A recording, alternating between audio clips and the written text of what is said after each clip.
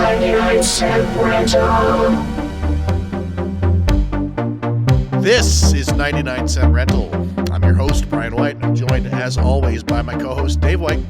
Dave, how you doing? I'm all right. I apologize in advance.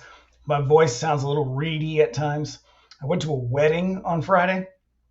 When was the last time you went to a wedding? It's been a long time.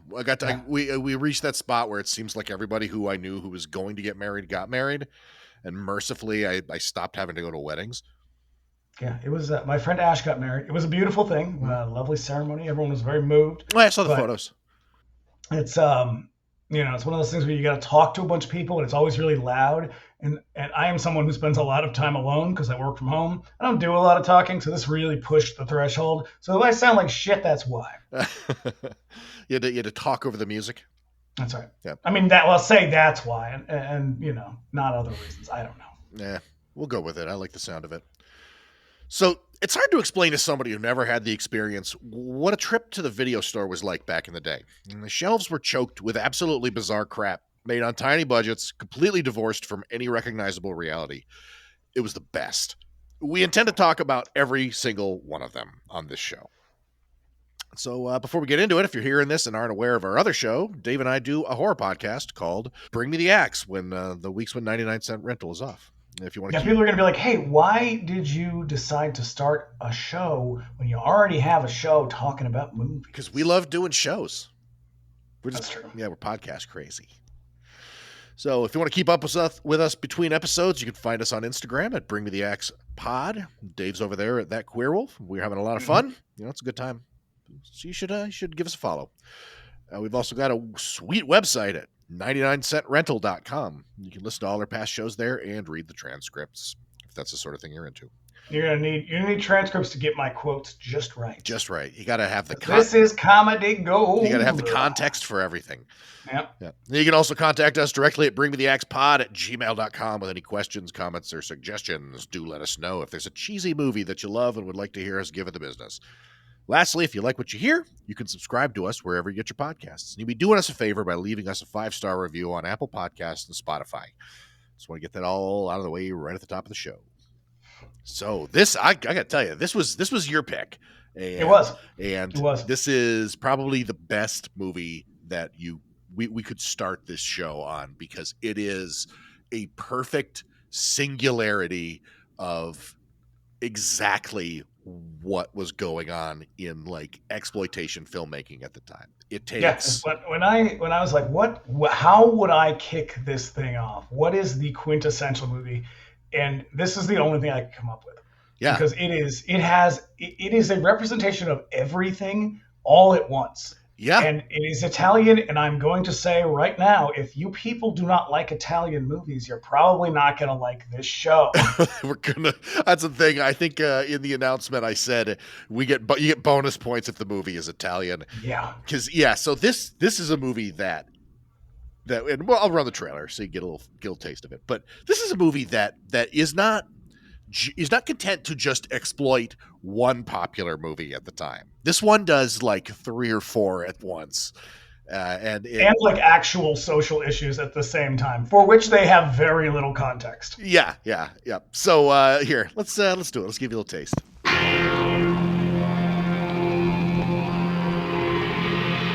These are the weapons.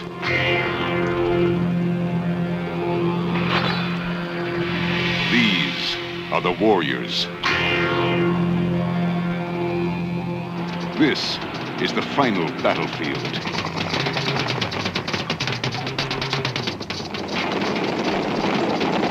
(1990), the Bronx Warriors. They trust no one.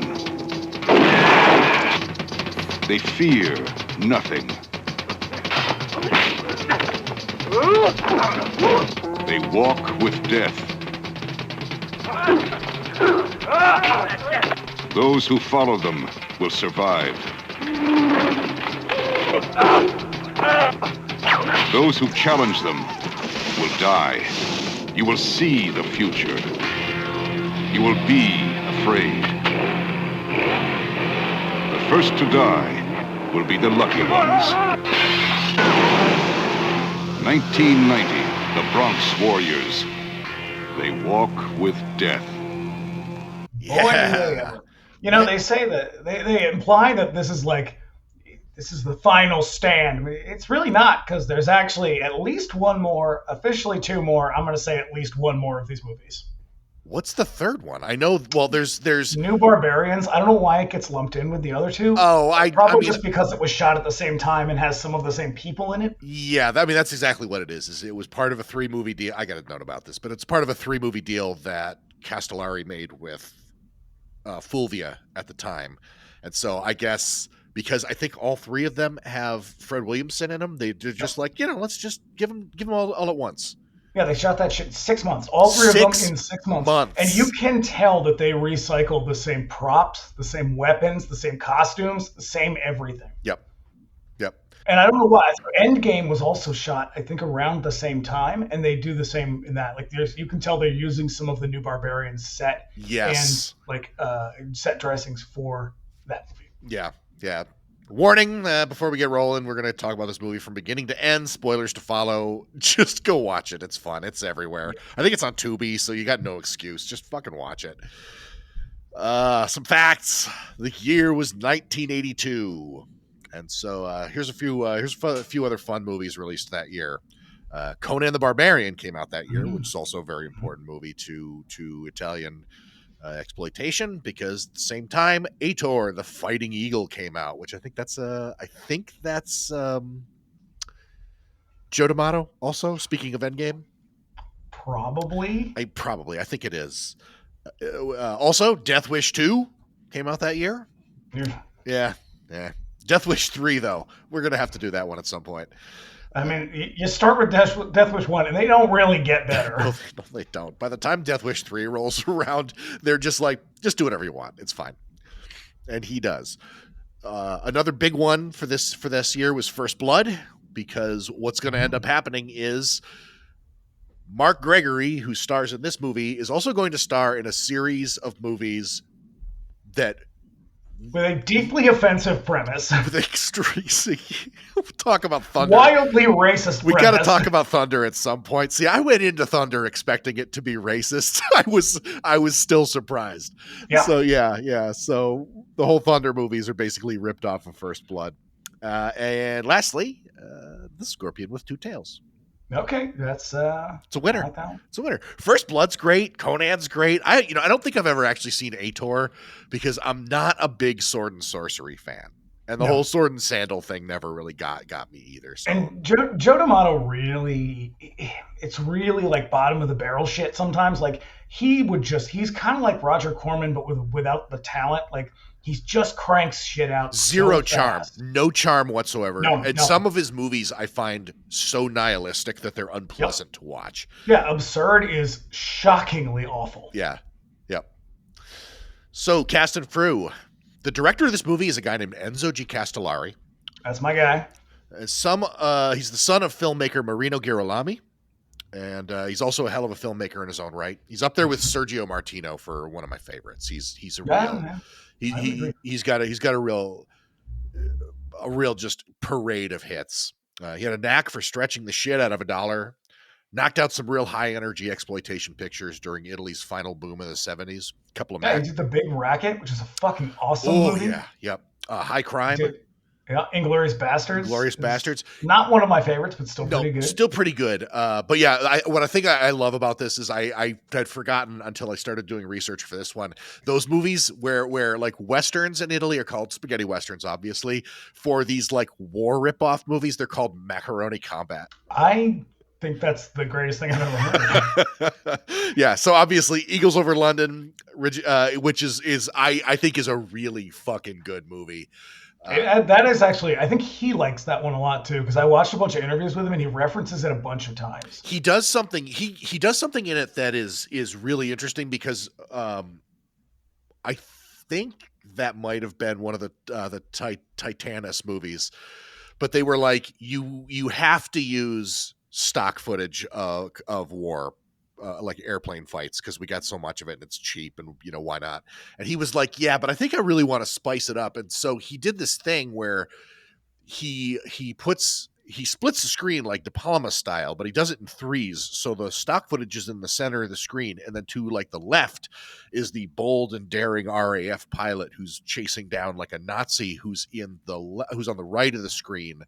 And so, like, as the plane is getting blasted in the middle of the stock footage, like, you see the guy on the left, like, pressing down on the trigger for the guns, and you see the Nazi, like, getting riddled with bullets. It's a fucking awesome way to go about it. It's a very exciting movie. I think it might still be available. Severin put it out a ways back, and it's a really, really great. They put out a ton of his shit. Yeah, they put Blue Underground put a bunch of his stuff out first. Yes, yeah. So they put Eagles Over London, and they put out Inglourious Bastards at the same time to capitalize on the popularity of the Tarantino movie. It was a hell of a release. But yeah.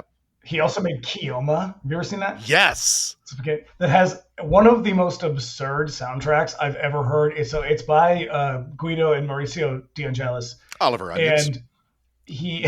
If you're nasty. So the soundtrack to this is... there's a lot of vocals, like female vocals, and not like female vocalizations, which isn't very heavy in Italian soundtracks, but like actual lyrics. And the lyrics describe what's happening in the movie. Yeah. So it's like they're watching the movie as they're writing it. They're like, Kioma riding a horse through the desert. Kioma takes his hat off to wipe his brow. Kioma. It is so fucking terrible. And I like them a lot. But it is an awful soundtrack. The movie's not that great either. It's a Django knockoff. But yeah. I was gonna talk about it because they also do a lot of really good music. So a miss from them is kind of rare. Like I think the best thing about the movie Atlantis Interceptors is the soundtrack. I think that movie is fucking ridiculous. Yeah, they were like a go-to from this period, like very late 70s. They kind of take over. They're sort of like that newer generation after like jazz and then like bigger like orchestra stuff kind of gets pushed aside just like it did in the US, and they kind of come in with like them and like Fabio Frizzi, to a lesser extent Goblin. They kind of did their own thing, but it was sort of like that new electronic thing, and they are so goddamn flute heavy. Yes, there is a fucking jazz flute solo. They love a jazzy flute. Man, yeah. I mean, in this one too, they do not do the score for this, but Walter Rosati does, and it rules. Yeah, it's pretty good, and it's I have a little note about Rosati because he's not terribly prolific, and most of the stuff that he's done I've not heard, but the music in this one is so good. Well, he did House by the Cemetery. That was his other big one. Yeah. But he was also he was sort of like a proper. I mean, they were all like jazz musicians, like proper jazz. But he put out a bunch of easy listening records. Yeah. I have one of them, and it's pretty good. All right. Yeah. So, I mean, back to Castellari. This movie actually falls on the latter part of his career. He stopped making theatrical features a few years after this one.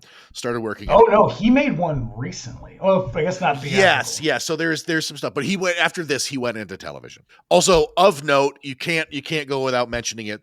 The director of photography on this movie is a guy named Sergio Salvati, who was not just Fulci's guy, but he's the camera behind all of like Fulci's best stuff. He also worked with Charles Band on Puppet Master. And he's the guy who shot Zombie, right? Yep. The Beyond, I think, also. But yeah, basically all of the noteworthy Fulci movies is he was. But he also worked with Piero Pasolini. I think he worked with Fellini as well. Did he do Amityville 2? Yes, he did. That's right. Yeah. There's a bunch. Yeah, there's a lot of connections to our Amityville 2 episode because the script on this one was also by Dardano Sacchetti, who wrote fucking every Italian movie from 1977 to now. I guess I don't know. Yeah. But like to Salvati's credit, for a cheap ripoff movie, this movie is fucking outstanding in the looks department. It's a wicked good looking movie. Mm-hmm. It's all thanks to Sergio. The cast is, we got Marco De Gregori, aka Mark the Human Monotone Gregory. Oh boy. Who never met a script he couldn't make awkward and stiff. Which is too bad. Literally. Yeah, which is too bad because he's got a great look. So I was watching a conversation between De Angelis and Castellari, And they said that when they got here, whoever bought the U.S. distribution rights was like, this guy's going to be fucking huge. I don't know why they thought that, but they did for some reason. And they were like, we want him to stay here with us for a year. We'll pay for everything. This is 1982, 83. So it's like Studio 54. Like, he would have been living it up. Yep. And he was like, no thanks. Yeah. And even like Castellari and D'Angelis are like, I don't know what the hell is wrong with him, but like, and they really spent a lot of time talking about it. They're like, he had a lot of things going on. There's a lot of like, the implication is that there was some mental illness there. Yes. There was like a lot of weird stuff happening. He was like, there's tons of rumors about what happened to him. We don't know if any of them are true, but he was a nice guy. We really wanted it to work out. We really thought it could, but he just didn't seem interested. Yeah. Yeah. So, and that is obvious. Yeah. Yeah. The thing is, by this point, the good old days of Italian filmmaking are over. Like, the years of lead are over. A lot of gangsters are in jail, so the money isn't really there. And so what is happening is there's a whole new wave of filmmakers who are starting to work on top of the work of the old guys who are making movies with the same old sort of like stuffy mothballed actors from the 70s. Like, Franco Nero was still showing up in action movies, and they were trying to. Franco Nero still shows up in action movies, and they were always trying to sell him as like the hot young guy. Like, I will never understand what the fuck he's doing in Enter the Ninja, but like, it's so weird. But anyways, Gregory was like a departure from that because he was starting to look, he was consistent with the looks of American action stars as we were kind of moving into the 80s. He's a bodybuilder. He's very muscular. He's got long hair. He's got a great tan. Like, he's got a really, really great look. But, the stuff about the mental illness is probably very right because he killed himself. He killed himself in 2013, but in like the late 80s, about 89, is when things are really starting to pick up for him, and he was just like, "Fuck this," and he walked away. Because he's not a good actor, and he didn't really seem all that interested in being an actor. Yeah. Like, I'm sure they were just like, "Hey, it'll be a wild party. Come on, paisan," or whatever the fuck they say. Paisan. And then he was probably like, "Okay, sure, why not? I'm not doing anything else." Yep. And he was in like 6 movies and was like, "Nah, I don't like this." Yeah. And boy, can you tell. But he is like legit Euro trash when you look at him. He's like just so bored looking. Yeah. There's nothing there. Yeah. Absolutely vacant. But man, can he ride a motorcycle? That is one of the things they say in that conversation. They're like, "He looks so good on the motorcycle." I'm like, wow, you guys are real fucking shallow, aren't you? Oh shit! Is it Castellari and Fabrizio De Angelis? Yes. Oh man, because it is worth buying the disc. So this is the Blue Underground, the 3 movie collection. It's worth buying it just for this conversation. It's like really interesting, really informative. They're in this like I'm hoping it's a hotel room because it is a gauche as hell. It is like all white and gold. It is horrible. It's like a Trump hotel. It really is. Yeah. It's pretty hideous. Yeah, I have a feeling we're gonna do. I really want to do a bunch of Fabrizio De Angelis stuff. I've got some notes on him though, so we'll get to it. I don't want to get too off track. But also in this movie is Vic Morrow, who was a prolific actor between film and television. You know him this from is unfortunately his final complete film. Well, yeah. Yeah. He was, you know him from the Bad News Bears, Dirty Mary, Crazy Larry, and Humanoids from the Deep, among a billion television appearances. And Blackboard Jungle. He's in this movie because Castellari loved him in Blackboard Jungle. Like, remembered him when he was a kid seeing the movie. Was like, I want that guy. And then they made another movie together a couple years before this. Oh, he's in the White Shark movie. I can't remember. It's fucking terrible. It's like unwatchable. The Last Shark.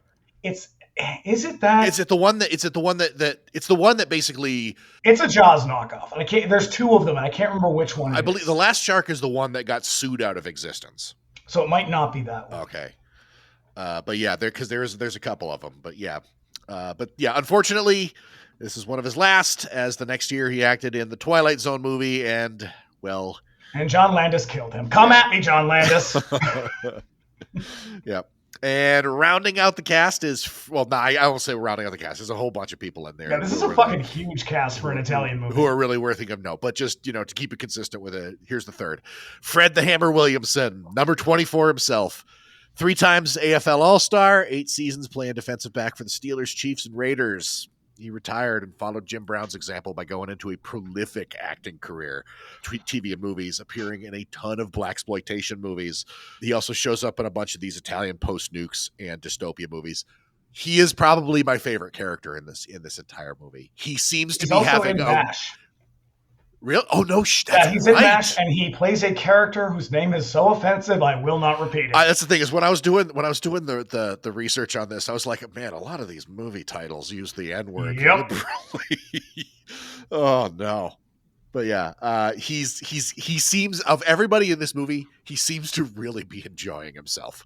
They were like, that's another in that thing I was watching. They're like, he was just so much fun. Super nice guy, just seemed to love just being there and doing stuff. Unfortunately, I think he became like a real hardline Republican. Yeah. Which is not that surprising, but it's a little disappointing. Yeah. He was also the voice of King Cobra malt liquor. Yes. Which is the one that they spoof in Black Dynamite, the Anaconda malt liquor. Gives you ooh. Speaking of offensive. But so some taglines for this movie.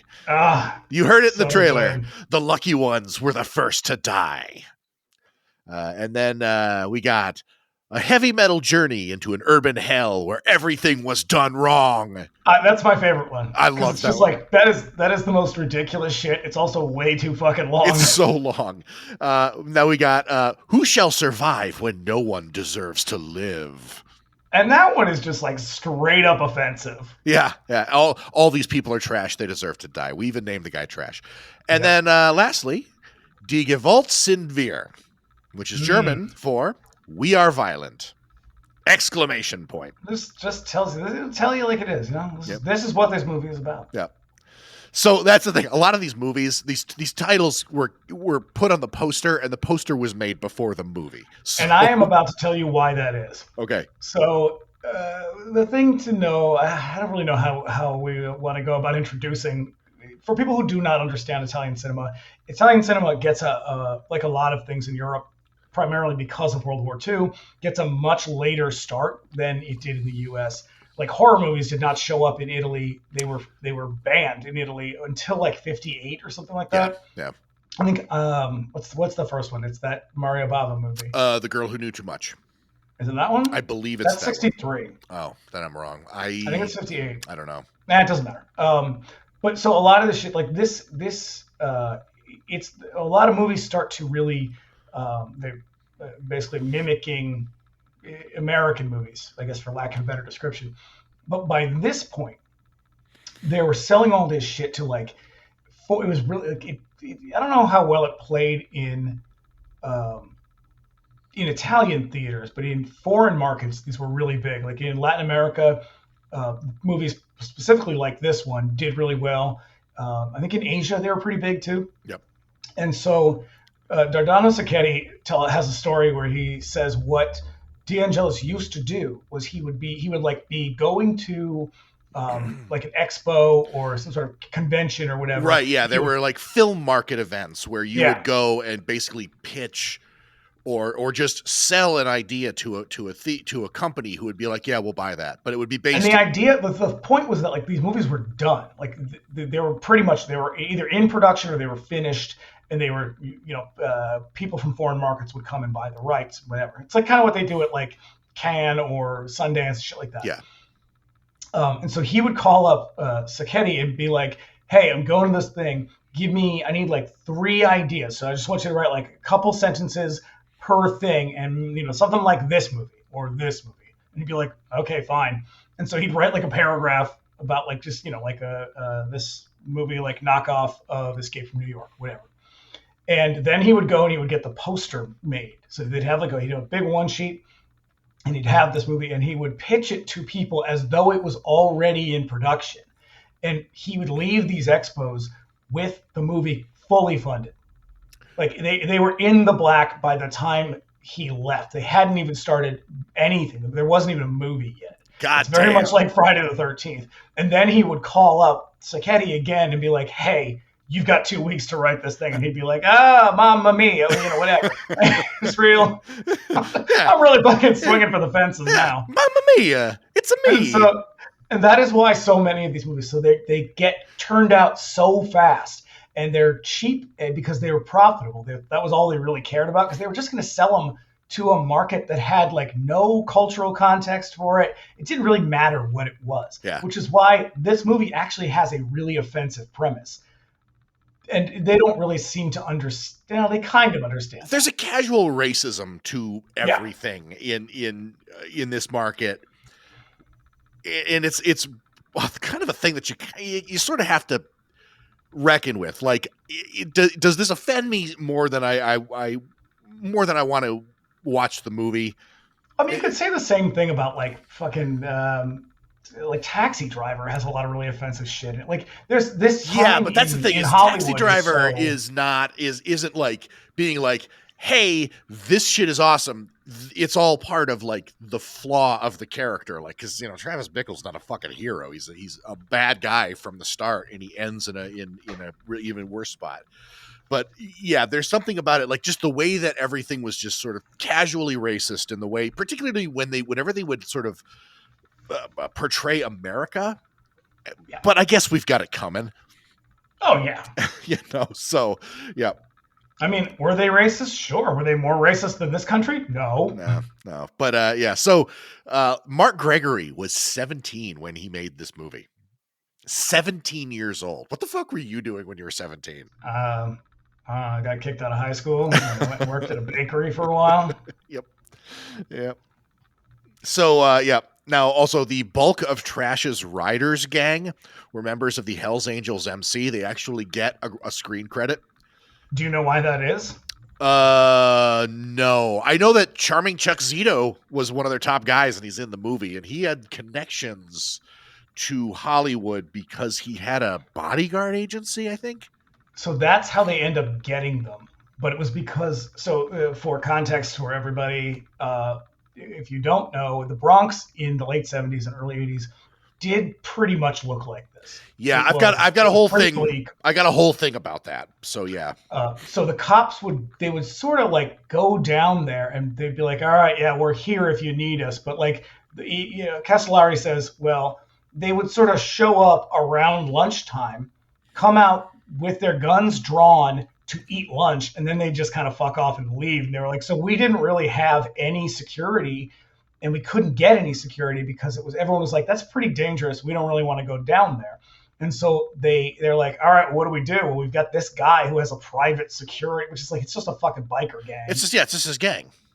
And so they were like, well, I guess him, and as soon as he gets on board, they have no problems at all, because nobody would fuck with the Hells Angels. The Hells Angels were and I don't know what they're like these days, but yeah, they definitely had a reputation, and they lived up to it. And they didn't even know. They were like, there's this one guy who was clearly in charge. They didn't even really know his name, but they were like, this little guy. He's short, probably weighed like 150 pounds. They were like, this one dude seemed to be in charge of everything, and he would just stand up in a building out the window and sort of be like direct shit around. And they were like, he seems to have tons of power, and we really do not understand why. And I think it's that I don't know if it's because it's Italian or if it's they're just come of a different era. But this idea that like, because he was not this like really masculine big dude, they didn't really understand why people would fear him. And it's like, well, probably because they saw him kill other people. Yeah, that's more than once. He was probably a mad dog, and he just rose through the ranks because nobody opposed him. That's exactly what it was. So yeah, let's talk about the Bronx for a second. So why the Bronx? Well, New York City in the 1970s was in a really tough state. And there's plenty of movies that really seized on that notion for crime, or like grimy crime and vigilante movies. So you get Death Wish from this, you get Escape from New York, you get The Warriors, the latter two being the impetus for this movie. But the part of the city that experienced the most significant decline was not just the Bronx, but specifically the South Bronx, which, if you don't know, is just north of Harlem. It's across the Harlem River in the like northernmost part of the city. And not surprisingly, it is what at the time was predominantly Black and Latino. Right. So due to, because there's a big race component of all of this. Yeah. So it's the usual culprit for urban decline. It's racism. White renters flee, in massive numbers in the kind of starting the 50s, but really it starts to gain steam in the 60s. And what ends up happening is nobody can afford the rent, so rents go down in order to sort of accommodate and kind of fill the gaps. But the rent keeps going down, and property values sort of decline with it to a point where the landlords are. It's worth more on fire than it is with people in it. Yeah, so Both. right, and so what ends up happening is the landlords are setting the places or having them set on fire, probably by some of the guys who rode motorcycles in this movie. Mhm. And in a lot of cases, those buildings had people in them. And so like there's a big fucking scandal about that in the 70s that nobody fucking talks about because fucking racism. There's a really great PBS American Experience about this whole thing that I can't remember what the actual title was, but it's worth watching for anybody who's interested. Yeah, but I mean, just social conditions in that part of the city were really bad, and because of this, there was a correlation with gang activity, violent crime. Like it was a place that when you see it in certain shots in this movie, there are entire city blocks that are just piles of rubble because the buildings just fell over because they burned out from the inside, and so. It had up into the 80s when there was a bit of an attempt to sort of rescue things. And things are better than they were now, but it still got a long way to go. But it's not all gloom and doom. The South Bronx is where hip hop and breakdancing came from. There's a really amazing documentary called Style Wars that's all about it, and you have to see it if you can find it. I believe it's still available on DVD. It's a hell of a set, but also. And this is just something that kind of gets me is I'm not really sure how much of this movie was actually shot in the Bronx because quite a lot of it actually, all of the exteriors. Well, because here's the thing with a lot of the exteriors, particularly the stuff on whenever there's like water nearby, that's all down in Brooklyn because you can see New York Seaside. You can see the Empire State Building. You can see the United Nations. You can see the World Trade Center. You can see the Manhattan Bridge. You can see the Williamsburg Bridge.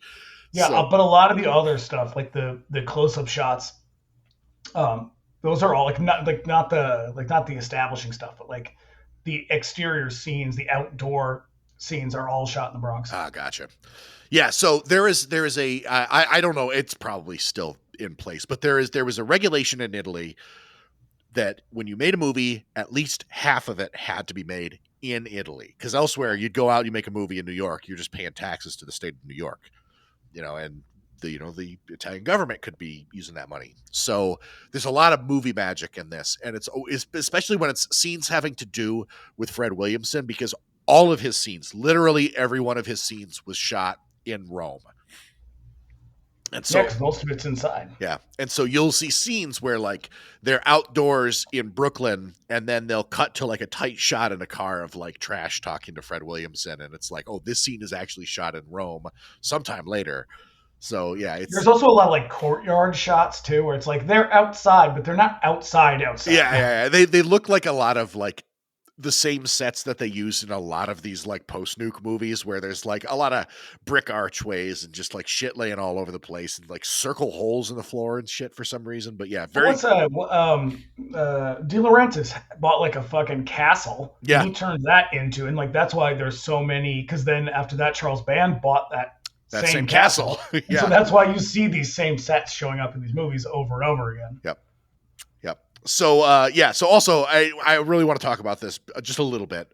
So this is produced by a guy named Fabrizio De Angelis, who's a power producer in Rome, and he brought us some of Fulci's best horror movies, but also some of Fabrizio De Angelis's shit. No, that's not who I mean. I'm trying to think of what his name is. The director of The Boy in the Golden Kimono and The Last Match. Those are really, really weird movies that sort of fall on the far end of the Fulvia Films spectrum, and we are definitely. Didn't he direct those? Maybe I am right. He's not a good director. No. Those Karate Kid ripoffs are terrible, but we're definitely going to talk about them. But he did one that I love to death called The Last Match. Have you seen The Last Match? I don't think so. I haven't seen a lot of karate movies. That's not a karate movie. That's a movie which sees a professional football team launch an armed rescue against a Midnight Express style prison situation.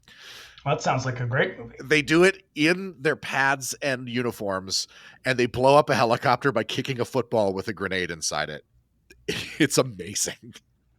I want to see it. Yep. I'm going to watch it. Yep. So let's get into it. The movie opens on a sweet close-up montage of weapons, faces, and gang gear set to the music of Walter Rizzati, which is clearly meant to sound like the Barry DeVorzon score for the Warriors. Yeah. Yeah. But it's on its own. It's a hell of a soundtrack. The music in this is just really, really good. And then we get shots of a girl fleeing the city over the 69th Street Bridge. Oh, is this where the text comes on the screen? No, that's a little ways in. Right. Yeah.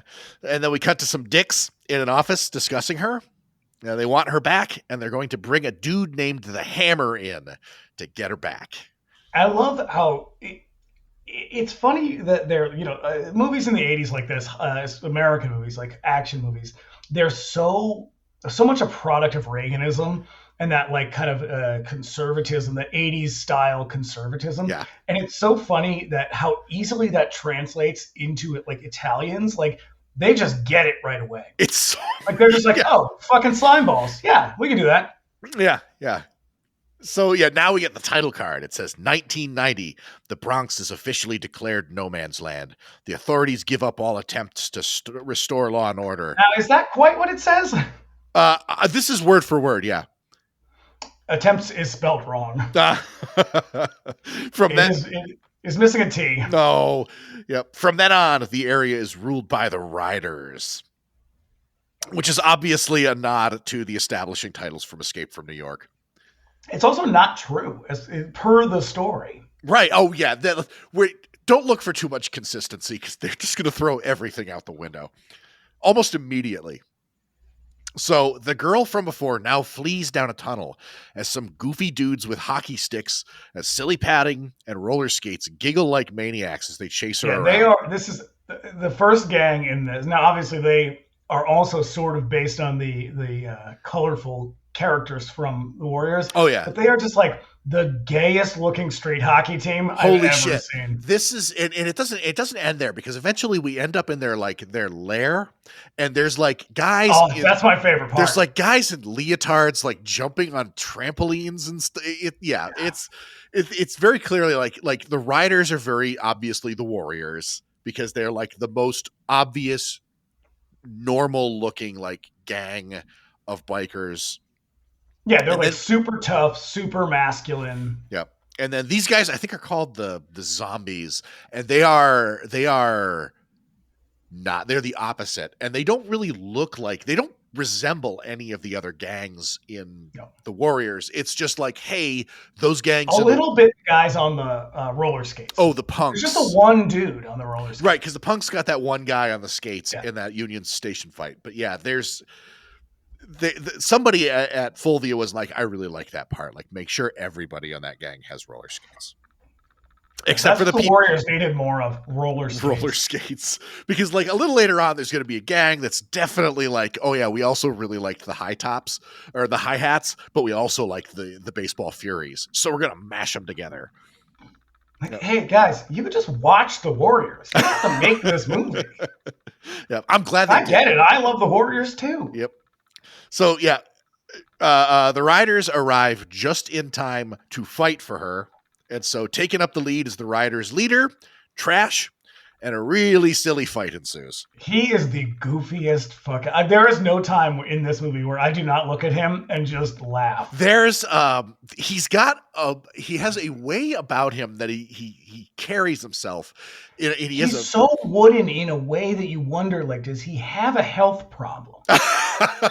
Does he have, like, he walks as though someone took a steel rod and just sort of dropped it down the back of his shirt and then down into his pants, and he's like on a hanger. These are the tightest pants in Rome. It's like all the fucking fighting in this, it's so slow and sluggish, and it's like, yeah, because they're all wearing pants they had to like jump off the roof to get into. Yeah, I took some notes from this from the official like Bronx Warriors fan page, and the guy describes There's the way. A fan page. Oh yeah, and it was so he's the guy who actually discovered the the Mark Gregory's death. He Oh actually, yeah, no, they talk about him in that. Castellari talks about him in that thing, and he's like, "Yeah, this guy just keeps emailing me and being like, is it this guy? Is he the one?" And he'd be like, "I don't know. I haven't seen him in 20 years." You can see it. That's funny because that's the other side of it. Is he was like, "Oh yes, I spoke with Enzo the other day, and he was telling me that there might be Marco might live over here. He might." Oh, my friend Enzo. Yeah,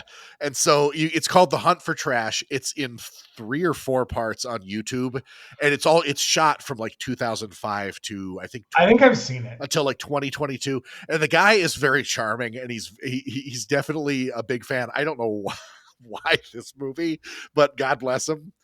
But he's the one who eventually sort of like tracks it down. Comes to I mean, it's out. fun, but this movie is objectively fucking terrible. It's really bad. So yeah. So I'm gonna say I grabbed a thing from the LA Times that says Trash is played by Mark Gregory. He is excessively good looking, but he certainly can't act. Yeah. What is it? So anyways, his website describes the way he walks as if his jeans garroted his rectum. It is so bizarre because it is consistent throughout the entire thing. And when he runs, to watch him run, because he still has this very wooden run. Yeah. And it is like, dude, why are you doing that? Like, loosen up.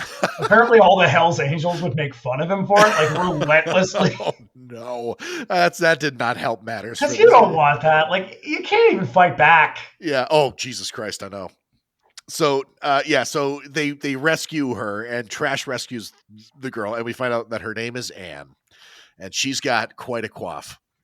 I'm going to tell you right now, I got another review about her. This is from the Baltimore Sun. It says Stefania, I'm going to say Girolami is the girl. Someone seems to be speaking for her, which is just as well. The other actors should be so lucky. Mostly it is inept, badly scripted, badly acted, and ludicrous in execution. Holy shit, dude. The reviews for this movie are fucking savage. That is vicious. I read one that was in an issue of Starburst, I think it's called, which is one of Marvel's like sci-fi magazines, and it is also vicious in how badly they tore it to pieces. My other favorite LA Times one was, it's a tacky, kinky, nihilistic, Italian-made movie that flagrantly rips off Escape from New York and The Warriors. Yeah, that about sums it up. That's it. Yeah, I mean, hey, right on the button. So yeah, so now my favorite part of this scene is when the other two guys, like after they have this really like kind of protracted, sluggish battle, the other two guys run away on their roller skates. Like actually run. It's like watching someone run through the sand in heels. Oh, right, because that's when the guy like chases him down on the bike with the retractable blades. Mm-hmm. Yeah, it's a cool scene, and you can tell that Castellari. Oh, yeah, by the way, Stefania Girolami is Castellari's daughter. Yes. Yeah. But yeah, you could tell that he really likes Sam Peckinpah because there is a lot of dramatic, super slow-mo action in this. But she is really immediately taken with his masculine prowess. Because she looks at him like she is on some really serious psychedelic drugs. Oh my God. Soft focus, star filter. It's really, really crazy, like the way she But not much behind the eyes. No, not much going on there. Yeah. And it's just these long, lingering shots of them like awkwardly looking at each other and just sort of staring at one another. Her with that kind of dopey psychedelic look, and him in that real wooden sort of like just rigid way. Yeah. Real sexy stuff. Yeah, they're supposed to be in love, but like there is nothing happening. No spark whatsoever. None at all. They're both so fucking bad at acting. Yeah. So soon after, the riders roll up to a vacant lot where some dude is just hanging out playing drums by himself. And literally some dude was just hanging out playing drums by himself, and they were like, "Hey, you want to be in the movie?" And he was like, "Okay." Did you know that? I did not know that. Yeah, he's not in the script. He was just some guy down by the pier playing drums.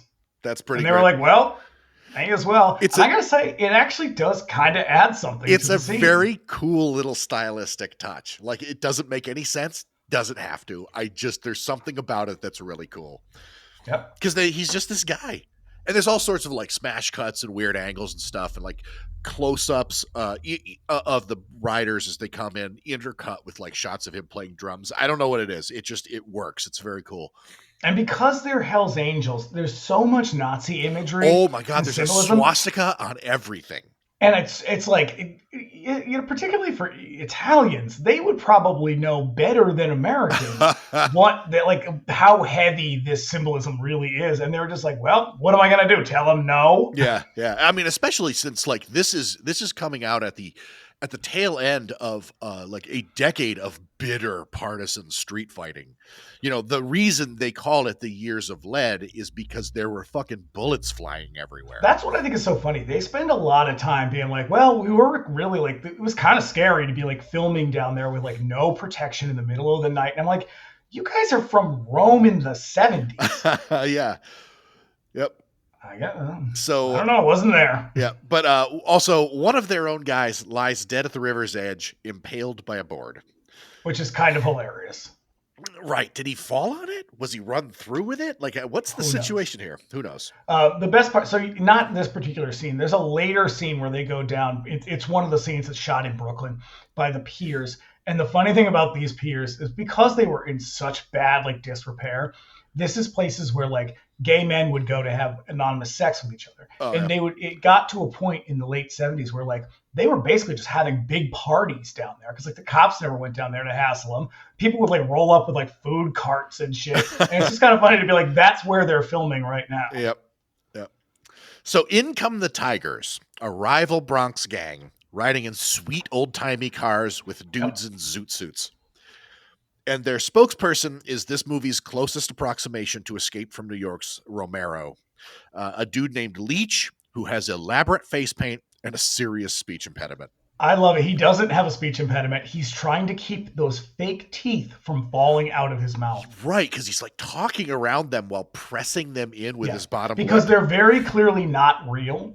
Because they're like disgusting yellow. It's like buttered popcorn color. Yeah. And you can tell he's trying to keep them from falling out because every time he talks, they kind of shake a little bit. Yeah. And you can tell he's just like trying to talk without moving his tongue, which if you've ever done, it's really fucking hard. Yep. He's also a blood freak, we're going to find out. Don't know what that means, but whatever. But I like him because he's wearing like real heavy Kiss makeup. Yep. Yeah. There's a lot of that in this movie. A lot of very. Yeah, everybody looks like fucking Paul Stanley in this movie. Everybody. And it must, like, do they sleep in this makeup? Do they apply it every day? Like, what a fucking hassle.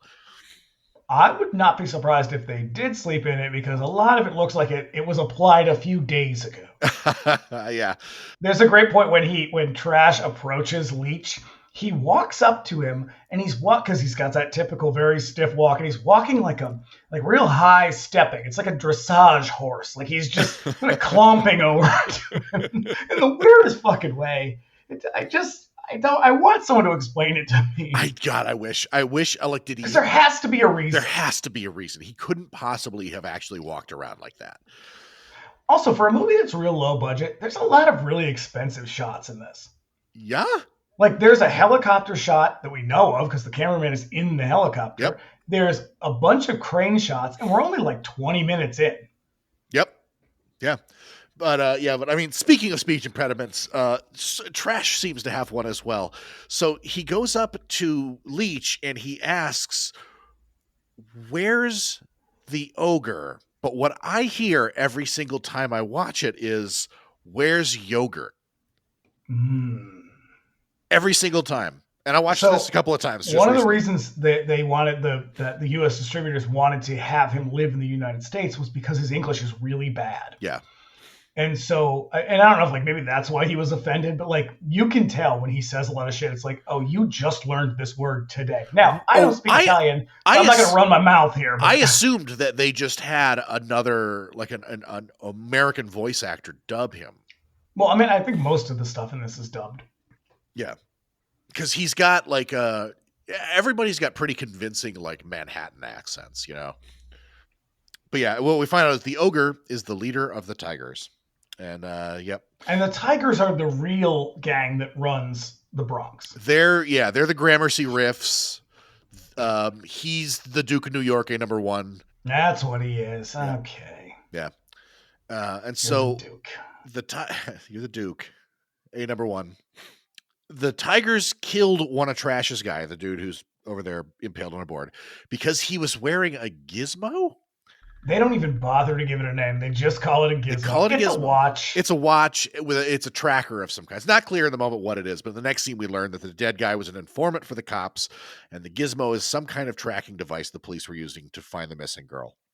What I love about this whole scene is what I love about a lot of the exterior shots is like it's supposed to be an apocalyptic wasteland, but if you look in the background, it's just people going about their Oh yeah, day. There's a lot of shots throughout the Bronx where like there's just traffic driving behind it. Yeah. Like you could or like see... if you like across the river into Manhattan, it's just like this is fucking day in Manhattan. Yeah, you know, UN was in emergency council, and it's it's pretty funny.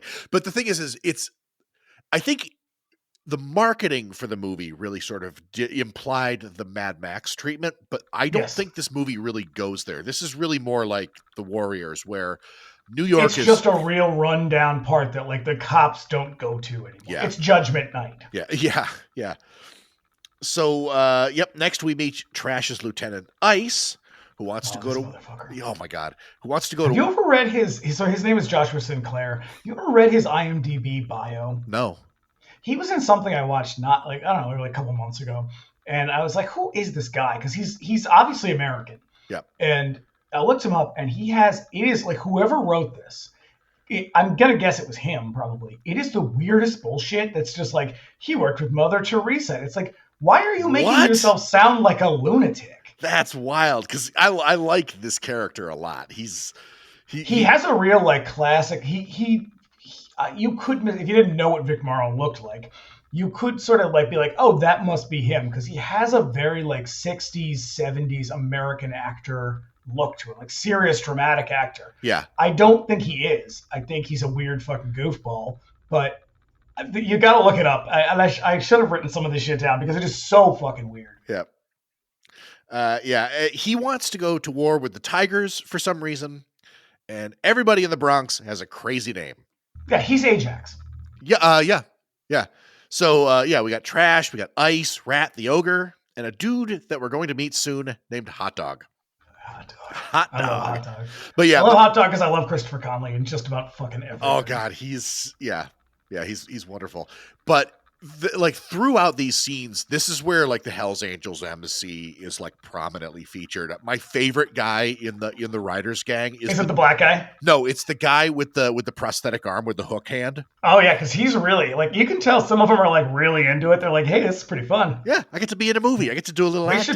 We should be in more movies, because the last time they acted as security for a movie, it didn't go well. Nope. At all. It is actually one of the most shockingly horrifying things ever caught on film. Yep. But first, we sit in on a meeting in a limo with some business-suited jackoffs in Manhattan who talk about the girl who is some sort of heiress. They really drag the mystery of Anne out. And when all of these scenes, anytime we are not looking at either Fred Williamson or Mark Gregory, it is just some dumb bullshit you do not need. Yep. Everybody, when Poochie is not on screen, everybody should be asking, where's Poochie? Where's Poochie?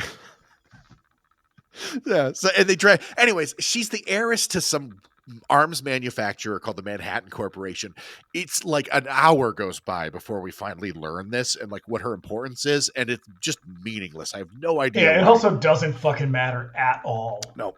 So let's see. The rich girl Anne and Trash share a tender moment, and however long. And it is like it's like they want us to believe that they have been in love forever. That's right. They just met her that day. Right, because it's not really clear how long she's been hanging around, because she's got like a day. But she just fucking settles right in. They give her a vest. She's like, what? Oh my God, this really is fucking beat for beat the Warriors. Yep. And she's still not talking why she ran or who she's running from, but the police are prowling around the Bronx looking for her. And the writers... But, Trash is about as interested in that story as I am. Yep. And it's not the last time we're going to get it. There's a couple more scenes where she's like, Trash, you must understand. And it's like, punch somebody. Nobody cares. Yep. So the cops are driving around, prowling around the Bronx looking for her. And the writers fuck with them by spray painting the word shit on their window while they drive. Which I think it's great because the guy who's driving the truck does not react at all. Like, you can tell this is a stunt driver who's doing it. Yep. And he's just like, just drive the thing. don't react, because he does not even move. And I don't know what the guy who does it, the one who's on top of the van, I can't remember what his name is. I believe he's Rat. He looks like they pulled him right out of Studio 54. Yes. Yeah. He is the most gay porn looking 70s guy I have ever seen in a movie. You know what it is I get it's the combination of the leather vest and that mustache. It's a lot of leather. Yeah. It's a mustache leather. He's got a real like kind of low rent Freddie Mercury vibe. Yeah. He probably when he died, his death scene is truly something to behold, because it is the gayest non-gay scene I've ever seen. Oh my God, it is the gayest scene in the entire movie. We'll go there because I've got notes. It's something. I guarantee he must have been in Cruising or something. So this scene where I don't know if it's this scene or not. So you remember the Turnbull AC's scene when they're in the bus coming down and they're like hanging out the window, banging on the side. Yeah. Do they not shoot basically the same thing, the same scene in this movie in that same location? I think they do. Yeah, because that all happens. It's Green Street Station or somewhere near there that they're coming down that weird alleyway. It's somewhere near the park, I think. Yeah. So meanwhile, the Hammer strolls into Ryder territory, looking like a mailman. Well, looking like a drunk mailman. The mail never sleeps. And speaking of drunk guys, there's an actor. There's an actor acting the shit out of a drunk guy. Excuse me. Hey, mailman, you got a letter for my friend here? And he's talking about his dick because he's peeing on a wall.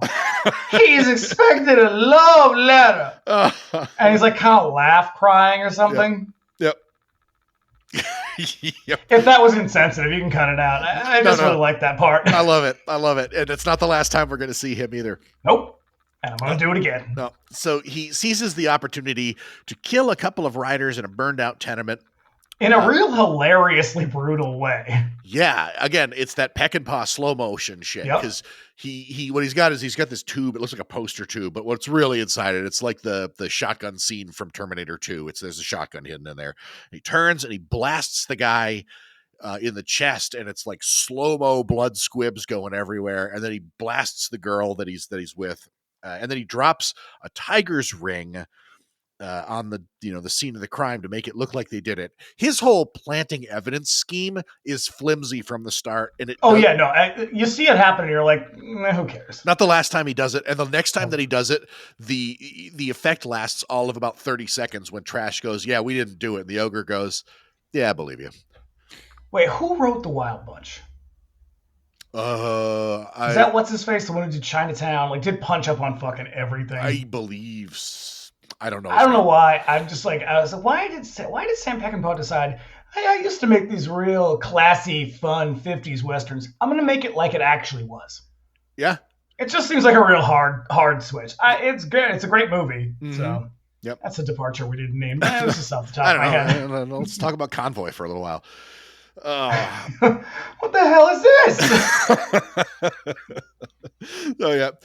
So the riders give chase, but he ends up sort of. This is when you see Mark Gregory run for the first time, and he is like flouncing down the runway, like just chest out. Yep. Kind of like running, like shaking it's a little bit of a shimmy. Yeah, you know what? That's the thing. So his posture is very upright, shoulders back. It is locked. It is rigid and locked. I guarantee he works on his pecs like crazy, and he's just like, there's no fucking way. He's like, these pecs are getting a screen credit. This is who I am. Yeah. If you don't like this, then you don't like Mark Gregory. And so like the reason that he does that like upright stiff walk, I guarantee is him like showing off his chest, because his chest is prominently featured throughout the movie.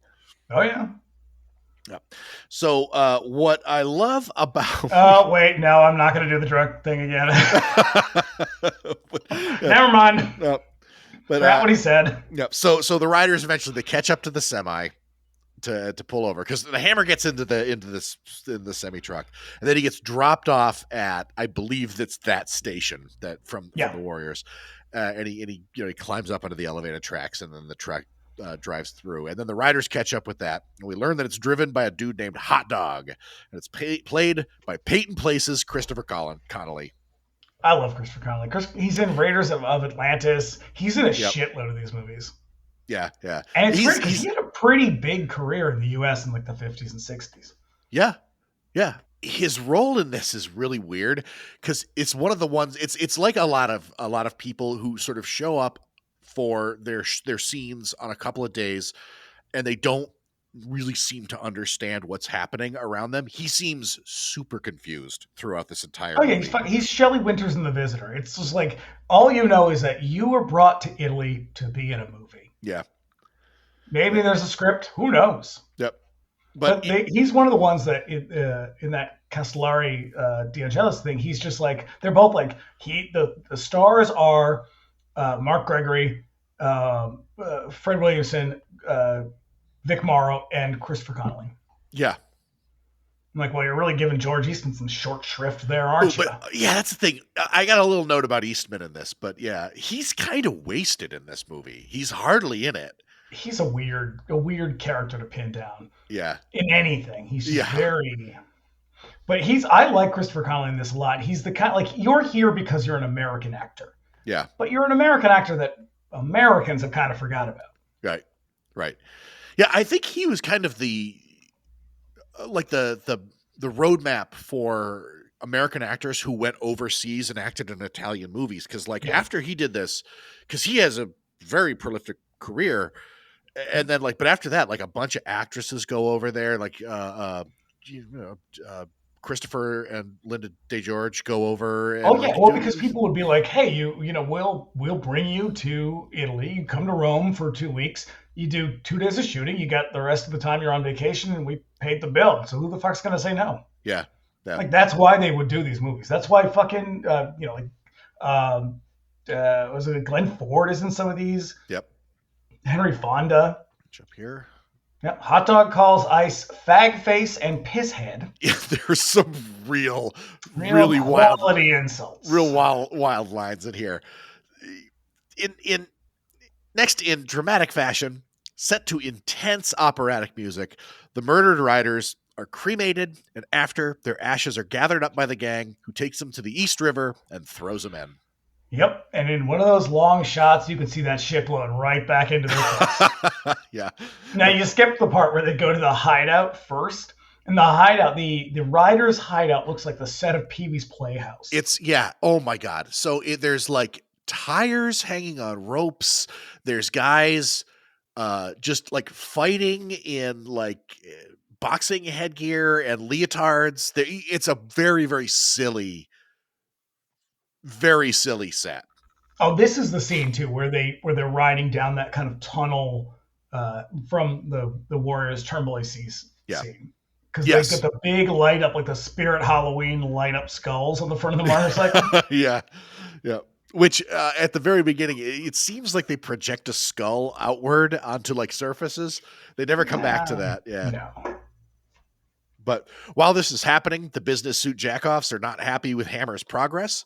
And all of Morrow's lines were dubbed over by a different actor, which is why so much of his dialogue is so stunted and weird. And the reason for this is because so out of sync. The audio here drops way out of sync. Yeah. And it is so distracting. Yeah. The reason for this is because John Landis got him killed.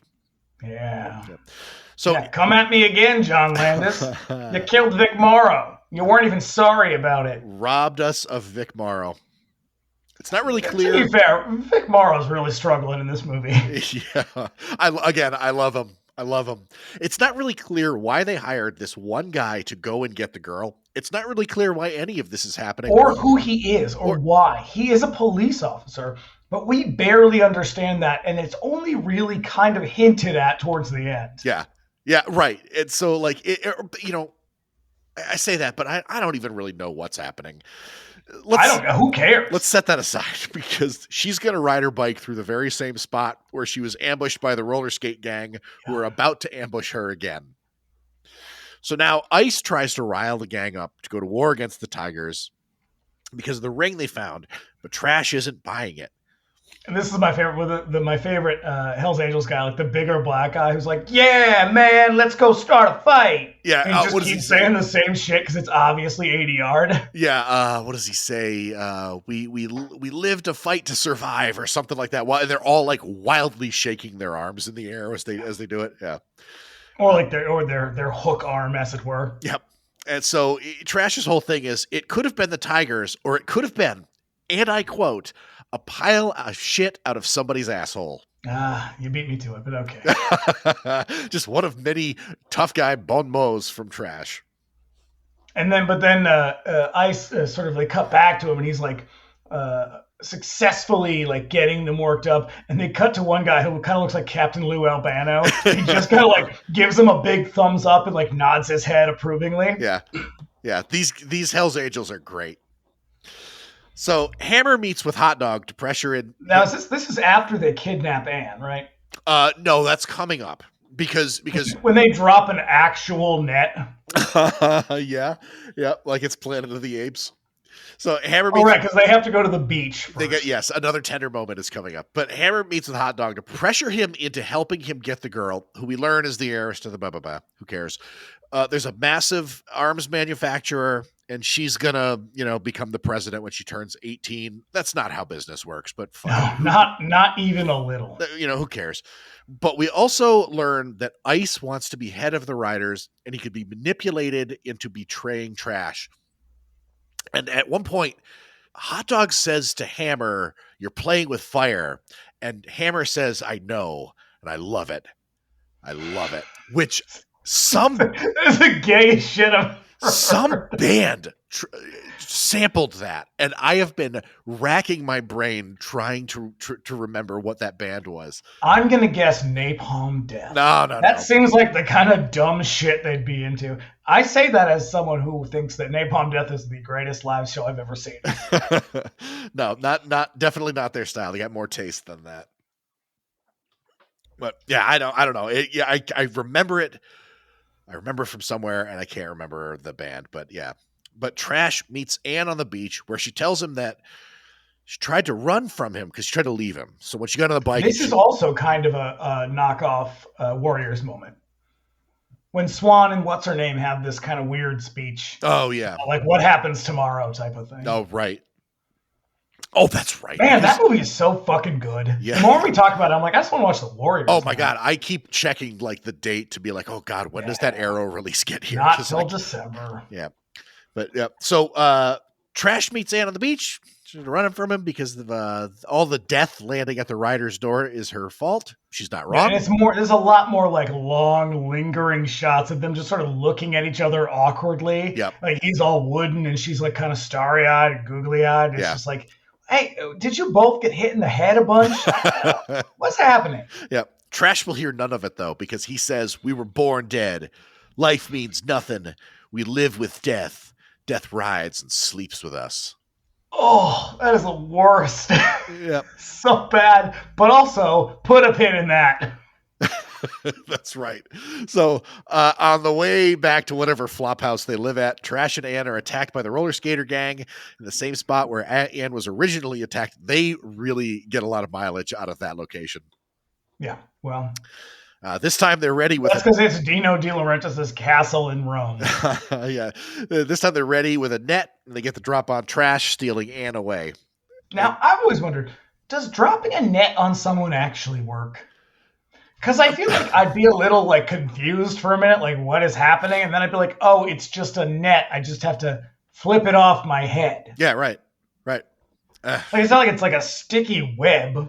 No, but it seems like it's a trap or a weapon that appears in a lot of Italian action movies. Like whoever's making these movies is just like, more nets. We got to have those nets, guys. I'll tell you what I'm going to do. Tomorrow, while Michael's away at work, I'm going to set up a net right by the front door. And I'm going to see if this works. When he comes home, I'm going to drop the net on him. If you don't do this, I'm going to be so mad at you. So it's an empirical study. So the roller skate gang is called the Zombies for some reason. I love this. Yep, and this is we get a real good look at the hideout tires that hang on ropes for some elusive purpose. They seem to spend all of their time playing street hockey, training and fighting, but also jumping on trampolines, while George Eastman, who'd wear any old costume you stuck on him, looks on, dressed like... George Eastman, I find him so confusing as an actor. I think the reason he's in so many things is that, well, he probably would take any job. He's not a bad actor. He's a pretty decent actor. No, he's very menacing looking all the time. All the time. Well, he almost always plays the bad guy. But even when he's like sort of a subtle bad guy, where he's like, because he's in like a bunch of giallo, like kind of maybe not later ones, but he's always like I don't know. I think he also fits because he started out in spaghetti westerns. Yeah, and he's a sort of darker skin tone. I was going to say he's swarthy. Yeah, but he's always like I love him. I think he's great in everything, but. He's very bizarre in this movie. You know what? I think the very first George Eastman movie I ever saw was Anthropophagus, and that is a rough movie. Yeah, that's the one that kind of set it up so that whenever I saw him, I'd just be like, oh, ha, ha, ha, ha. And so I don't know. It's just that initial experience. Is that the one where he eats his own intestines? Yep, he gets axed at the end, and so he eats his own guts before he dies. It's a hell of a movie. He also tears a baby out of a woman and eats it. But there's a real vibe of like, he was just kind of hanging around when they were making this movie, and they were like, George, would you like to be in the film? And he was like, all right. Yeah. I'm here eating craft services anyway. I may as well do something. Yeah. He's wasted in this movie. He's hardly in it. And there were periods where I was like, is that George Eastman? Like, I couldn't quite tell, and I'll tell you what it is. Yeah, I forgot who he was in the movie. Yeah, it's the wig that kind of puts me off. Is it a wig? Yes, it is, George Eastman. Yep. Yeah, he's like a weird, like, gay street hockey samurai. Yeah, he's shown up from The Last Dragon, basically. But to get her back, Trash needs to talk to the ogre about teaming up and taking out the zombies. But instead of hopping on his bike and riding over there with the entire gang, he picks a couple of dudes and sneaks through some tunnels, Dungeons and Dragons style, so that we can meet a couple more gangs. Oh, I forgot that my one of the parts. So Golan goes up to Anne, who they have like kind of real lazily chained to something in the room. Oh, it's a low effort capture. And he leans in close and he says to her, "So, you are Trash's lay." Yeah. And I thought, that is the grossest and most 80s thing I've ever heard. Yeah. So first up is a gang called the Iron Men. A bunch of, and I shit you not, dancers in silver lame tops. Yeah. Sexy jazz dance fighting. This is my favorite part of the movie. They've got canes and sweet soft shoe dance moves. I actually have a note that says, "Ooh, girl, those moves." Because Trash goes to fight them like, I'm just going to sluggishly fight someone because I got real tight jeans on. No. They are twirling. They are stepping. There's like a kickball change in there. It is some real shit. It is the Waylon Smithers dancers. It's crazy. Like they're choreographed. There's twirling. There's prancing. A lot of split leg jumps, and they get the best of the riders and almost kill them. But somebody knock off Grace Jones, who is the leader of the sexy jazz dance fighters. She stops them because she's always kind of like Trash. This feels like it is pulled straight from The Wiz. Yeah. Oh my God. That's exactly what it is. Like they were going for the Warriors, obviously, but they ended up with The Wiz. Yeah. Oh, and man. I think they're better for it. I'm thinking, why not? If this movie were 30% less Warriors and 40% more The Wiz, I think it'd be better. Yeah. And how do you know she's the leader? She's the one in the gold lame top. Yep. Yep. And also face makeup. That was a very important thing. Like the baseball Furies are one of the most compelling things about the Warriors. Yeah, there's a reason why they endure, even though they're barely in the movie. Yeah, they get like 5 minutes of screen time. They have one scene. They're terrifying, but because they're cool as hell. They're cool as hell. And this movie takes that and is like, you know what? Let's take the whole baseball thing away. What if we do that? What if they're also jazz dancers? Huh? Yep. Good idea, right? Great idea. Yeah, I think it is. I love it. You're a genius. This is my favorite scene in the entire movie. Yeah. I watch it just for this scene. It's so great. It's perfect. It is absurd. in all of the best possible ways. Yeah. So back at the Riders' turf, Hot Dog is in his truck trying to get Ice's attention, which he gets. Rat, one of Trash's loyal guys, follows him. Freddie Mercury. Yep.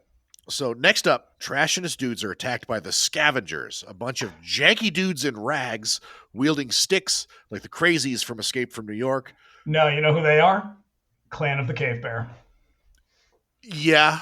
I think right around this same time as Iron Master came out, which is basically a Quest for Fire ripoff. Yep. So yeah, hey, why not some cavemen? They kill one of Trash's guys, and then they attack en masse, making all these goofy ass noises like sleigh stacks. They're really fucking dumb. And there's way more of them in this movie than you want. There should have been more of the Iron Man. I don't know why. Why don't I have more sexy jazz fighting and far less of this? Yeah. Because they're not cool to look at. They don't do anything. No, they're stupid. But they're really in it a lot. They are. They're fucking stupid. So, meanwhile, Ice tells Hammer everything he wants to know about what's going on. The girl's in the hands of the zombies. Trash is out trying to get help. Hammer gives Ice a gun. And then Ice gives Hammer something of Trash's to stage another murder. And then Rat manages to see it all happening, but Ice spots him and a chase ensues. Now, for a reason that I will never understand, Castellari left in a shot in of Ice chasing Rat and then wiping out on his bike really fucking hard. And it looks super authentic because it is super authentic. It looks like he got hurt pretty bad. Because he does actually dump it. Because it's not like it's what it would look like if someone accidentally fell off of it. Because he does. Yeah. Because what he does is he like pops up onto the sidewalk, and you can see the bike slip on the terrain, like just loose stones and shit. And then he's like the forks twist, and he just goes down like smack, really fucking hard. I don't know why that scene is in this movie. I'm sure they were just like, no time to reshoot it. Keep going. It's got to be it. Sexy jazz fighting. Keep going. Yeah, because it never comes back. It's never mentioned. The wipeout. They just keep going. Rat. It was like the one motorcycle they had, and then they wrecked it. And he was like, "Well, I guess we can't do that again. Yeah. No more motorcycles for you." Yeah. Oh, this is about the last of the bikes that we see. Rat rushes into the same tunnels as Trash, comes under attack by the Scavengers, who get the best of him. Hang out for a second with that. Trash, meanwhile, emerges from the tunnels into Tiger territory while Hammer gives chase. The scenic United Nations building, which is nowhere near the Bronx, is in the background. Ogre's gang is another makeup-wearing bunch, which makes me wonder how much of a pain it must have been to do elaborate face painting every single day of your life just to rep your gang. I think you might be over-representing the face painting in this. All right, maybe I am. This is some real county fair shit. There's the musicians. It's like, I want to look like a kitty cat. It's that kind of thing. Maybe Peter Criss. Yeah, but like every other gang in this movie has like mimes and shit. But yeah, the Ogres guys also have really goofy names too. His right hand is a woman. Because I have a note that says, "My God, they all have such ridiculous names. I bet Vic Morrow felt really fucking stupid." Yeah, his right hand is a woman in fetish leather named Witch. And only movie she's ever been in. Yep, her name is Betty Desi, and this was her only role. And she is so fucking Italian looking. Yeah, she really does have a look. She's great. I think she's wonderful. She looks like she was probably a model. Probably, yeah. Two of the other guys are named Hippo and Snake. Yeah, they really don't dig in too deep. Yeah. Anyway, yeah. I have another note that says, so Fred Williamson's gang is just a bunch of gigolos. Because they really do. When they get down into that hideout, it's like these are some real sexy looking dudes. A lot of vests that match the pants. Yeah. Yep. A lot of cheap looking suits. Yeah. So. And if you like gigolos, stay tuned for our next episode. It's all gigolos. So like I said earlier, the ogre is an obvious stand-in for the Duke of New York. Needless to say, Isaac Hayes was way cooler, but there's something very compelling about Fred Williamson. He's the best part of the movie. He has a presence, and part of, I think, why I like these movies as much as I do is that they do not take themselves seriously at all. These people all knew exactly what they were doing. And people like Castellari and Dardano Sacchetti, these are just fucking like, journeyman people. They're like, this is our job. This is what we do. We make movies. They're not auteurs. They do not take themselves that seriously. They're like, oh, you want a Warriors knockoff? I'm going to give you the goofiest fucking Warriors knockoff I can make, and it's going to be really fun to watch. Yeah. And he succeeds 100%. Yeah, and Williamson is 100% on board with what they're doing. Like he's in the moment. He has gravitas. He's a lot of fun to watch, and it carries. And Vic Morrow even gets into it. Oh yeah. Bit, Oh Jesus Christ! The way this movie ends is beautiful. Like the only one who doesn't, and the only reason he's really notable is because he is so not into it, is Mark Gregory. Yeah. Yep. So cut back to Trash, and I don't think that Rider Goon has a name, but they get into the ogre's hangout, and then there's another burnt out industrial plant turned movie set. Oh, this is when they stumble upon the I don't know if it's ogre or someone else having sex with someone in a car. Oh, right. No, and this gross guy standing outside. He's like, I just like to watch. And I'm like, this is fucking disgusting. Yeah. Yeah. It's one of the Tigers guys. He's just like this big fat guy who is dressed like a pimp. Yeah. Yeah. But he goes over to the two girls in the car. He's like, hey, you look like you're having a good time. I just like to watch. Don't worry about me. Just going to go over and suck on that stamen like there's no tomorrow. So one of the Tigers gets the drop on Trash, but the Hammer shows up and kills the guy with one of the Riders' fighting stick things, which sets up Trash for the kill. They have a brief meetup where the Hammer holds Trash at gunpoint, lays out his plan for anarchy. The Hammer's in Ogre's Lair, there is a fog machine working overtime. Yep. No now, idea. I'll tell you what I love in any movie, is a fog machine. Give me so much fucking fog that I can't stand it. Yeah.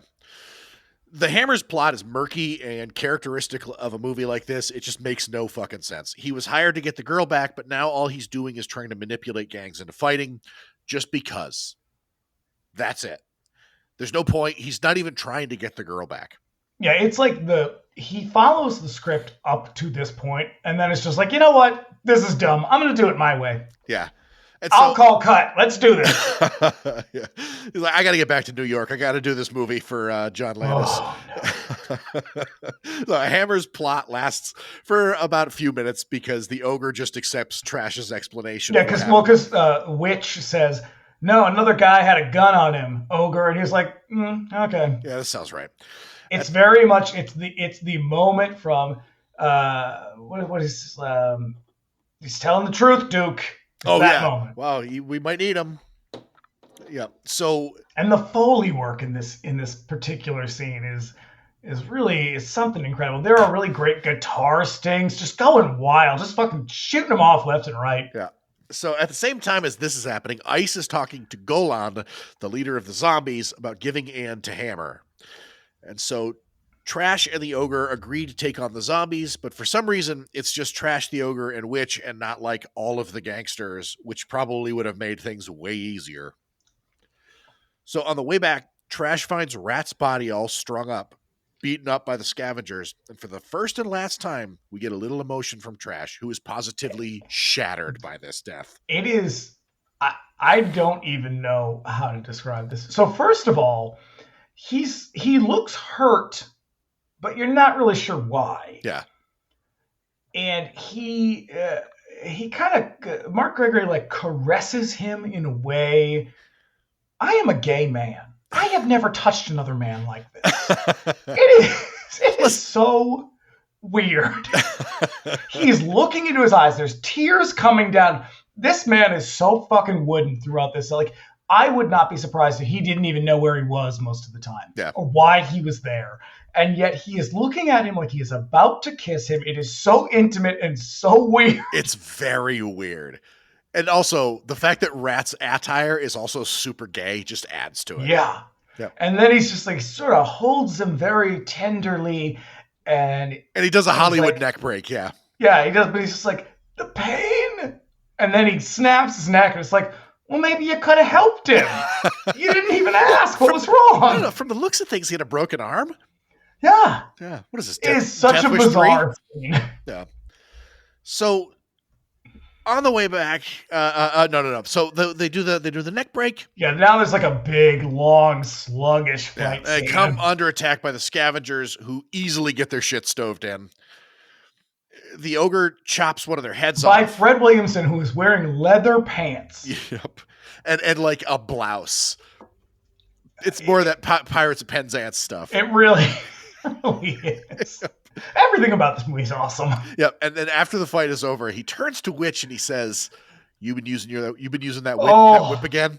God, Yep. She basically is just like you taught me, Daddy. Yeah. She's got these great like razor finger things that she wears to like kill a couple of the scavengers. Because she stabs a dude with them. It's like they're like kind of Wolverine claw, like brass knuckles. Yeah. But she kills a guy with them, and then she looks at them like looks really kind of like sensually. Yeah. Yeah, she's great. I mean, she's a striking woman, but like she's not an actor. I'll tell you that much. No. So we cut back to the business suit jackoffs who threaten Hammer if he doesn't have Ann by 11 o'clock tomorrow. They'll have his head. Too late. Hammer is off the chain. Yep. They'll have his head, which is a bit of fucked up prescience. So Trash and the rest of his party, in the meantime, sneak into the zombies' hangout, which seemed real easy to do. There's a bit of tough guy talk. Yeah, because they're fucking jazz dance fighters. These are the guys who are all like bouncing on trampolines and like skating around. So they have a little bit of tough guy talk between him and Golan. But no matter how tough the talk is, there's no getting around the fact that all these guys are wearing roller skates and leotards. Yeah, I told you, real gay street hockey team. Yep. So they fight. Then everybody fights. And the ogre manages to put a knife in Golan, killing him. Ice tries to make a quick getaway without Trash seeing him, but Hot Dog corners him. And then Ice tries to shoot Hot Dog, but it turns out the gun that he was given by Hammer was loaded with blanks for some reason. Well, because you don't trust Ice. Yep. I mean, have you read his IMDb page? Guy's a fucking lunatic. Yep, he seems to be a real enthusiast of crack cocaine. Yeah. Yep. So instead, he pops a knife from the toe of his boot and stabs Hot Dog. Which I have to wonder, did you see the Charlie's Angels remakes? I saw the first one. Crispin Glover has this very same boot knife in that movie, and I wonder if they got it from this. Because it's one of the more innovative weapons. Yeah. Maybe. I could see Mick G being a guy who's like, yeah, I like that Bronx Warriors business. And he kicks him in the stomach and he kills Christopher Connolly, except he actually doesn't, because don't worry, he comes back in the next one. Yeah. So Trash rescues Ann and then confronts Ice, and they fight awkwardly until Ice falls on one of those stabby stick weapons that the riders use. So with the battle won. Oh, because it's the one, this is his comeuppance. It's the one he stole that he gives to either Hammer or whatever. Yeah. It's Mark Gregory's one. Yeah, that fool. Yeah, it's real poetic justice. Very, very Shakespearean, very operatic. Yep. So with the battle won, they go back. They go back to Ogre's hangout, and Ann plays piano for everybody. Some beautiful piano interlude from Ann for no particular reason, and boy, are they just entranced, delighted by it. Yep. Everyone is just laying around, just sipping on wine and just eating grapes, just right off the what do you call that? The grapevine. Yeah. And then they give her a giant birthday cake. Yeah, for no particular reason. But they also we have to cut back. So she does her piano. Ladies and gentlemen, please welcome to the main stage, Ann. And she plays her thing. And they cut back to the guy in the helicopter or something. Yeah. And he's just like, commence Operation Burnt Earth. Burnt Earth. Because Operation Scorched Earth sounded too cool, I guess. I know. Then we cut back to Ann and her giant, stupid birthday cake for no particular reason. Also, why does any of this matter? I don't know. They're just killing time. They reuse so many fucking shots in this movie. It is not that particular one, but there's so from here on out, they are reusing shots left and right. Oh my God. In Escape from the Bronx, I guarantee I think every helicopter scene is just reused. Yeah, it's a real Silent Night, Deadly Night 2 situation. Yeah. The police, led by Hammer, launch a raid on the hangout. And then they bring flamethrowers and what you might call Earth, get it? Yep. Oh God. Yep. Which flamethrowers are in a lot of Italian like post-nuke movies, and dudes on horses. They must have known somebody who was like, "I'll rent you these horses for cheap." So there's an on the Blu-ray. There's like a 15-minute thing of Castellari going to. He was the same guy for special effects, like weapons manufacturing. Yeah. And this dude looked way too young to be having done all this, but he did. And he had worked. He did like every fucking movie with him. And he's like, "Oh, where are the flamethrowers we used?" And he's like, "Oh, they're over here." And it's like, why do you still have these? Just keep them around. You might need them later. But you get the feeling like this is a thing they use a lot. They're just like, well, I have a limited amount of space. Here's what I have available. Flamethrowers and horses. Yeah. Two great things that go great together. Yeah. But also what you might call Chekhov's spear gun. That is true. Yeah. And so but I can't imagine that it is practical because horses must be fucking terrified of flamethrowers. I mean, let's be honest, flamethrowers are not a practical weapon. No. And especially those ones, because those ones are very clearly just like prop flamethrowers that were equipped to do that, just kind of like quick bloom of fire, because none of them do what a flamethrower really does. No, these things are just like blowing a small stream of gasoline out. Yeah. And then that's it. Yeah. So the cops attack while Hammer laughs maniacally. And he's like up above, sort of like watching the action from this sort of like circular hole in the floor. And it's like, a real like made it ma top of the world moment. Yeah. Like, he is just off his rocker, waving his arm around like as everybody's getting killed. Everybody's getting killed by flamethrowers. And every single person who gets killed by a flamethrower dies exactly the same way. Yeah, that's because it is exactly the same shot. It's gotta be because it's the same shot over and over again. Bloom of fire. The person grabs their face and turns away very suddenly. There are two shots. There's one because you can see it's the same person, and he does the same thing in each shot. It's like they had two stunt people, and they were like, "Well, that's it. Just keep recycle that shit." Yeah. But they really couldn't decide what to do with Hammer at all. It's like, is he a greedy nihilist, or is he a power-crazed madman, or is he both, or is he neither? Is he a cop? What is happening with this character? Because to say he is just maniacal at the end is exactly what he is. Yeah. He is like leather glove, like big fist raised above his head, laughing wildly. I'm like, what is this? This is not at all what you were before. And he has a police uniform on at this time, but this is not like a police uniform. This is like something you would wear. This is like an SS outfit. Yeah, but it's also like it's like fetish clothing, basically. Yeah, it's a lot of leather. Yeah. But he starts off as this kind of like Anton Chigurh character, and then by the end, he's just like something out of like a kind of a weird farce. Yeah, he's a cackling lunatic. Yeah. And so, everybody dies the same way. Every single one. And this fucking scene, this goes on for so long. Everybody dies this way except for the ogre.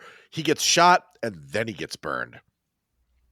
And it's all like very unceremonious. It's just like, well, did you like any of these characters? Too bad. They're all going to die. Yeah. So the cops almost shoot Trash, but Anne jumps in the way and takes a bullet for him. And she dies in takes a bullet for him and yet has 2 bullet wounds. Yeah. Well, I think the guy had like one of those M16s, and so like there's just machine gun fire going off. She dies.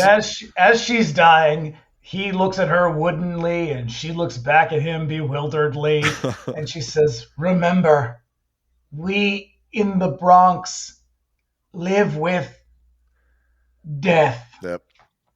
Good God. That is a series wrap on Anne. Yep.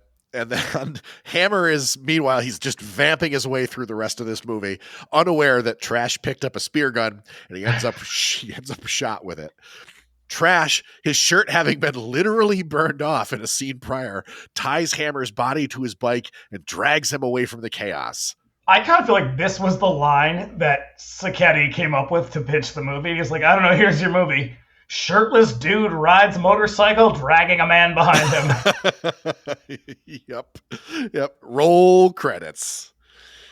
This movie is so good. It's just delightful. Like this is dumb one of those as hell. ones. Like I gotta remind you, it sounds like we're dunking on this movie, and we are a little, but it comes from a place of love, because this was one of those movies that I remember very clearly on the shelves at Video Paradise and being like, one day I am going to see that movie and it is going to like live up to all of my extremely lofty expectations. Oh, the poster art for this movie is fucking awesome. Yeah. I mean, all like this whole period, I'm sure they use the same guy, but like just so good. Every fucking poster is so good. Extremely, extremely compelling. It really sells it. Like even the Escape from the Bronx poster is really cool. Like it's just, and we will get to that movie because I think I like that one a little bit more. Yeah. I don't know. I have a hard time. Like I think of all of these Italian sort of dystopia ones, I don't know if it really kind of pegs because this movie is not one of the post nukes, but it's kind of up there. A little. Like it's a little bit. It's definitely like Warriors in the year 2020, whatever. Like it's that. Yeah, I think my favorite is Martino's After the Fall of New York, which is based. Is that 2019? 2019 After the Fall of New York. That one is also. It's got a really great poster. It's also, it does the same thing. Everybody's escaping from New York in these movies. Yeah, I mean, because they crank the shit. Like Endgame is the same thing. Endgame is basically just Endgame and or is it Jesus, Warriors of the Wasteland? Is Warriors of the Wasteland the one that came after this? No, the one you're thinking of is Rizzo Delani did the score for it. It is Warriors in the year 2017. Warriors in the year 20. Yeah. Okay, so and, that's a Fulci movie. That's the one that I confuse because that one and Endgame. Because that was a little bit like Jesus Christ. What's the one with Gene Hackman? Thunderball. Yeah, it's a little bit like Thunderball.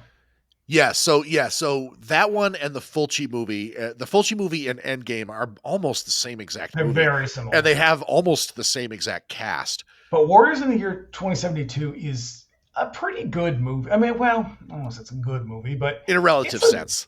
It is Bronx Warriors level, whereas Endgame is pretty low end.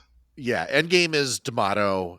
And it's characteristic of his stuff. Like he was one of those guys who's kind of like Jean Roland, where like most of his stuff is pretty fucking bad, but when he's on, he's on. And also he's also very sexy. Jean Roland is very, very sexy. Jean Roland, extremely sexy. Joe D'Amato, in a bloody way. Yeah, but no, this when I did eventually catch up with this movie, I was like, it was worth the wait. Totally worth it. I mean, New Barbarians is trash. It's not really that good. That's the Fulci one, yeah. No, Fulci is Warriors in the year 2072. Oh, Jesus Christ. New Barbarians is Enzo Castellari. That's right. Okay, so now we're getting it straight. New Barbarians is the one that came after this. Because New Barbarians and Endgame are basically the same movie. They use the same set. Oh, Jesus. And most of the same props. Yeah. It has almost an identical ending. Yeah. They found a niche, and it works. For a little while. Eventually, they saturate the market pretty quickly. By like 83, there's a million of these fucking movies. That's what you like when you talk to people about Italian movies. They're like, "Oh, like Mario Bava." It's like, yeah, kind of, but without talent. Yeah. And I actually hesitate to say that because they are actually talented filmmakers. They're just doing what they're asked to do. Yeah, it's like I said, like Castellari's a good director. There's a lot of I hesitate to say artistry, but there's stylistic choices in this movie that like don't really add anything other than to sort of make it visually interesting. There's a couple of shots that really stick out to me, particularly they do it twice when Trash and his gang sort of descend into the tunnels for the first time, and we see them above ground, and then the camera just lowers. And you see them like the cross section of the cement of the street they're walking. He does a lot of cool shit like that. Like that's why I noticed all of the crane shots that he does because he does a lot of cool aerial stuff. That you'd argue that John Carpenter did it better, but yeah. But like it's a lot of that. Like they were just sort of like doing what they were asked to do or told to do, but they kind of did it their own way. And they had like Sergio Martino is a very good filmmaker. I would say Enzo Castellari is a very competent filmmaker. Yep. And that's what most of them were. Like fucking Dardano Sacchetti cranked this shit out. He was writing this stuff in his sleep. Is it good? No, but he did what he was asked to do. He must have wrote 5 movies a week. I mean, it is absurd if you look at like his fucking filmography on IMDb. It's got to be like 200 and something. It's crazy, and it's all within a span of like 10 years. Yep. So, I mean, he wrote every movie you can think of. He was involved. Yep. Zombie, House of the Cemetery, Cut and Run, all the fucking big ones. That was him. Yep. Amityville 2. Amityville 2. That old classic. Yep. So, what are we doing next? On this here show. Well, we are going to be talking about a movie called Delivery Boys, and you haven't heard of Delivery Boys. Look, you haven't heard of Delivery Boys. You just haven't. This is one that I'd never heard of until you brought it to my attention this year. I came across this because I was reading about the people who invented the Barbie doll. They named Ken and Barbie, the Barbie dolls, after their 2 children. This is made by Ken of Ken and Barbie. And it is a movie. I still can't even really tell you what it's about.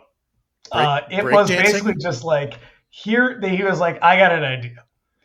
What if we get a bunch of gigolos together? every hustler in New York. A bunch of fucking rent boys and hustlers. And we are now. I laugh. I mean, the guy had a pretty sad life. He was very closeted, and he died of AIDS. But it is so obvious when you watch this movie. It's just like, what if we do this? It's going to be a breakdancing movie. There's going to be a lot of hijinks and a lot of madcap hilarity, and it's going to end with a song. Yeah. So the thing about this is when you first told me about it, and I looked it up. I saw it everywhere I looked. They referred to it as a boner comedy. And that's definitely true, but it is a sex comedy. Yeah. So, the thing is I had never heard that term before. And like everybody who talks about Delivery Boys calls it a boner comedy. And so, and for a good reason, there is a protracted subplot that involves a guy who can't get rid of his boner. Yep. So that's what you have to look forward to. What if Disorderlies had a less coherent plot and was extremely gay? I'm looking forward to it. It's a real good movie. Yep. All right. Be here for Delivery Boys. Woo!